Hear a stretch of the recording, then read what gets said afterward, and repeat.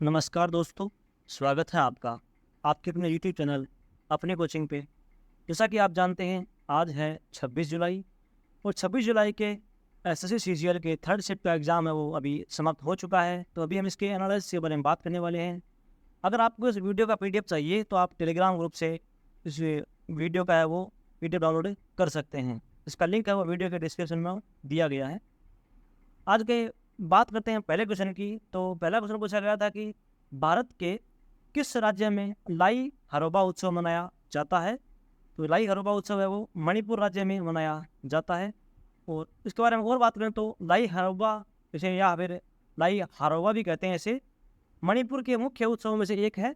यह नृत्य का एक प्राचीन रूप है जो मणिपुर में सभी नृत्य शैलियों में रूपों का आधार है। इसका शाब्दिक अर्थ है देवताओं का आमोद प्रमोद। तो आपसे ये भी पूछ सकते हैं कि लाई हरोबा का शाब्दिक अर्थ क्या होता है। तो इसका अर्थ होता है देवताओं का आमोद प्रमोद।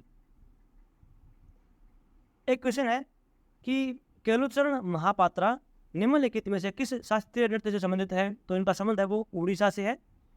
इनके बारे में बात करें तो गुरु केलुचरण महापात्र है, जिनका जीवन काल है वो 1926 से 2004 तक था, ने ओडिसी का पुनर्विस्तार किया था। ओडिसी प्रांत की एक ओडिसी है वो उड़ीसा प्रांत का एक शास्त्रीय नृत्य शैली है। केलुचरण महापात्रा को सन 1998 में भारत सरकार द्वारा कला क्षेत्र में पद्म भूषण से भी सम्मानित किया जा चुका है। और ओडिसी नृत्य है वो भारत के 8 नृत्य शैलियाँ हैं, शास्त्रीय नृत्य शैली है, उनमें से एक नृत्य शैली ओडिसी शैली है। अगला प्रश्न है कि राजस्व प्राप्तियों में निम्नलिखित में से क्या शामिल नहीं है। तो इसमें इसके अंदर केंद्र के करों और अन्य जिम्मेदारियों में होने वाली कमाई है वो राजस्व प्राप्तियों में शामिल नहीं है। बात करें इसके अंतर्गत तो केंद्र द्वारा एकत्र किए गए और अन्य शुल्क, निवेश पर प्राप्त ब्याज और लाभांश और सेवाओं के लिए सरकार को भुगतान की गई फीस और शुल्क सभी को राजस्व प्राप्तियां मानते हैं। तो प्राप्त राजस्व के अंतर्गत नहीं आने वाली है वो है केंद्र के कर और अन्य जिम्मेदारी, वो अंतर्गत नहीं आती है। और केंद्र के अंतर्गत आती है वो ये टॉपिक है, ये जो है वो केंद्र के राजस्व प्राप्ति के अंतर्गत आती है। अगला क्वेश्चन पूछा गया था पॉलिटी से कि किस संविधान संशोधन के तहत 6 से 14 वर्ष के बच्चों को निःशुल्क शिक्षा दी जाती है। तो इसका उत्तर है 86वां संविधान संशोधन, जो कि 2022 में हुआ था, फिर 2002 में हुआ था। और यह 11वां मौलिक कर्तव्य भी जोड़ा गया था 86वें संविधान संशोधन के तहत। इसके बारे में और बात करें तो सरकारी स्कूल सभी बच्चों को मुफ्त शिक्षा उपलब्ध कराएंगे और स्कूलों का प्रबंधन है वो स्कूल प्रबंध समितियां द्वारा किया जाएगा। तो संविधान में पहले 10 मौलिक कर्तव्य थे, लेकिन उसके बाद 2002 में है एक मौलिक कर्तव्य और जोड़ा गया था 11वां। अगला क्वेश्चन था कि ऑस्ट्रेलिया टीम के टेस्ट फॉर्मेट का कौन सा फास्ट बॉलर है वो कप्तान बना है। तो पैट कमिंस हैं वो ऑस्ट्रेलिया टीम के टेस्ट फॉर्मेट के कप्तान हैं। और ये दिसंबर 2021 में एशियाई सीरीज से पहले कमिंस को ऑस्ट्रेलिया की टेस्ट टीम की कमान मिली थी। एक विवाद के बाद टीम में पेन को कप्तानी से इस्तीफा देना पड़ा था। 11 साल से ऑस्ट्रेलिया टीम के अहम सदस्य कमिंस तीनों फॉर्मेट में कंगारू टीम के प्रमुख गेंदबाज हैं। उनकी अगुवाई में ऑस्ट्रेलिया टीम है वो एशियाई सीरीज है वो 3-0 से जीतने में सफल भी रही थी। अगला क्वेश्चन है कि निम्न में से किस राजा ने अदालत या अपने दरबार में सजदा और पोबोस प्रथा शुरू की थी। तो गयासुद्दीन बलबन है, उन्होंने इस प्रथा को लागू किया था। तो बात करें सजदा और पोबोस क्या चीज़ है, तो इससे पहले बात करते हैं गयासुद्दीन तुगलक के बारे में। तो गयासुद्दीन बलबन है, इनका कार्यकाल है वो इनका वो शासनकाल है वो 1266 से 1284 के बीच में था। और सजदा एक ऐसी प्रथा थी जो दिल्ली के पहले सुल्तान थे उन्होंने ये लागू की थी। सजदा का मतलब है कि स्वामी को या अपने राजा को घुटने टेक कर अपने उनके पाँव में घुटने टेकना या उसके घुटने टेक कर प्रणाम करना, ये सजदा के अंतर्गत आता है। अगला क्वेश्चन है कि मगध महाजनपद किन दो नदियों के बीच में था? तो मगध महाजनपद है वो गंगा और सोन नदियों के बीच में था। बात करें इसके बारे में, तो मगध बुद्धकालीन समय में एक शक्तिशाली राजतंत्रों में से एक था। यह दक्षिणी बिहार में स्थित था और बाद में उत्तर भारत का सर्वाधिक शक्तिशाली महाजनपद बन गया था। तो बात करें सबसे शक्तिशाली जनपद कौन सा था? तो वो था मगध महाजनपद। मगध महाजनपद है वो, इसकी सीमा उत्तर में गंगा से, दक्षिण में विंध्य पर्वत तक, पूर्व में चंपा से, पश्चिम में सोन नदी तक विस्तृत थी। अगला क्वेश्चन पूछा गया था जनगणना से कि भारत में पहली बार जनगणना किस वर्ष हुई थी? तो इसका सही उत्तर होगा, किसके काल में हुई थी? तो इसका सही उत्तर होगा लॉर्ड मेयो के काल में।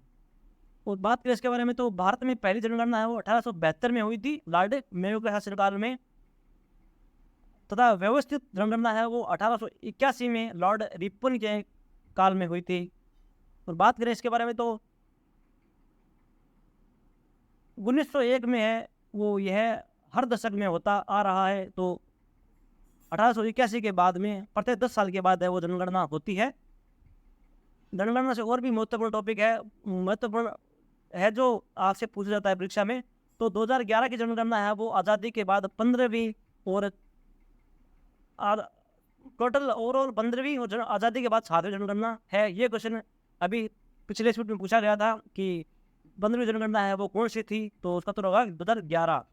और 2011 की जनगणना का नारा था कि हमारी जनगणना हमारा भविष्य। ये भी क्वेश्चन पूछ लिया गया है। और भारत है वो विश्व में परिवार नियोजन को अपनाने वाला पहला देश है। एक क्वेश्चन है कि भारतीय संविधान का अनुच्छेद 247 239 लिख दिया इसमें, लेकिन 247 पूछा था इसमें कि 247 किससे संबंधित है?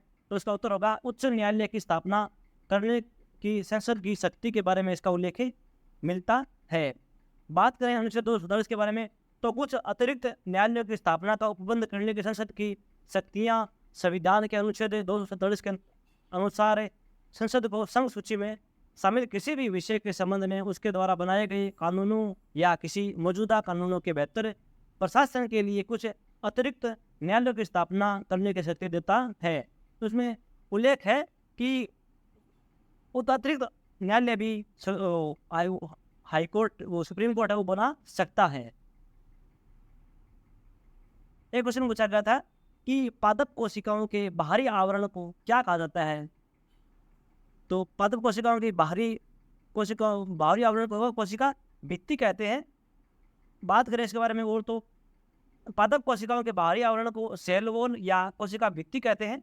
यह पादप कोशिकाओं में कोशिका झिल्ली के बाहर एक संरचनात्मक परत होती है। यह मुख्य रूप से पादप कोशिकाओं को संरचनात्मक सहायता और संरक्षण प्रदान करता है और सख्त, लचीला और कभी कभी कठोर हो सकता है।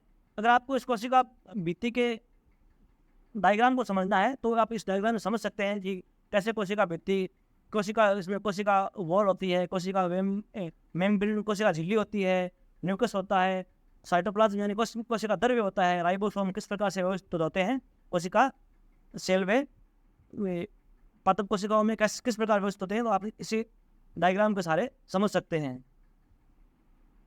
अगला प्रश्न पूछा गया था कि पंडित रविशंकर को 1967 में ग्रैमी पुरस्कार किस कॉन्सर्ट के लिए दिया गया था? तो इसका कॉन्सर्ट था वेस्ट मीट ईस्ट।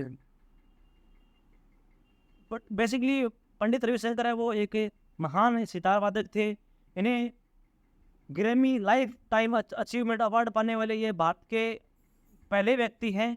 और पंडित रविशंकर ने कुल 5 ग्रैमी अवार्ड अभी तक जीते हैं। इनमें एक लाइफ टाइम अचीवमेंट अवार्ड भी शामिल है लाइफ टाइम में।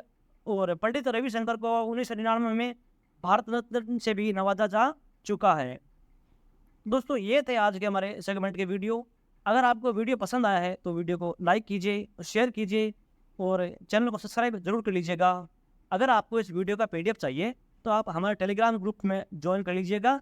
वहाँ से आपको फ्री ऑफ कॉस्ट है वो PDF प्रोवाइड करवा दी जाएगी। टेलीग्राम का लिंक है वो आपको वीडियो के डिस्क्रिप्शन बॉक्स में मिल जाएगा। दोस्तों ऐसे ही हमारे चैनल पर सपोर्ट बनाए रखिएगा। धन्यवाद।